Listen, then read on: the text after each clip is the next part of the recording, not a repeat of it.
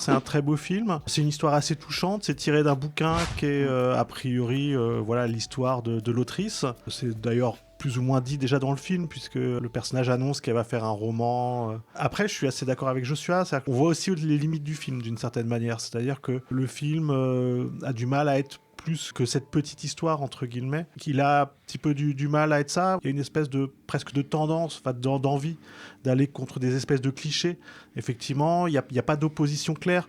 Ce qui joue un peu contre le film, c'est pas la jeune fille qui se découvre lesbienne contre les jeunes de banlieue. Ses potes, c'est quand même on va dire plutôt une bande de machos, mais c'est pas non plus. T'as pas le choix entre être une femme ou une dealeuse. Il y a pas non plus cette opposition très forte, très marquée entre sa sexualité et la religion, la pratique de sa religion. Voilà, en gros, on lui dit la religion désapprouve, mais il y a une espèce de bienveillance en fait dans tout le film. Et là où je trouve que le film se détache un petit peu de ce que peut faire Keshish notamment, c'est que je trouve qu'il y a une vraie finesse dans la façon de filmer la sexualité et de filmer les corps féminins. Voilà, chez Keshish, il y a quand même une hypersexualisation parfois, voilà, qui est très hyper, on va dire. Make to by Love, par exemple.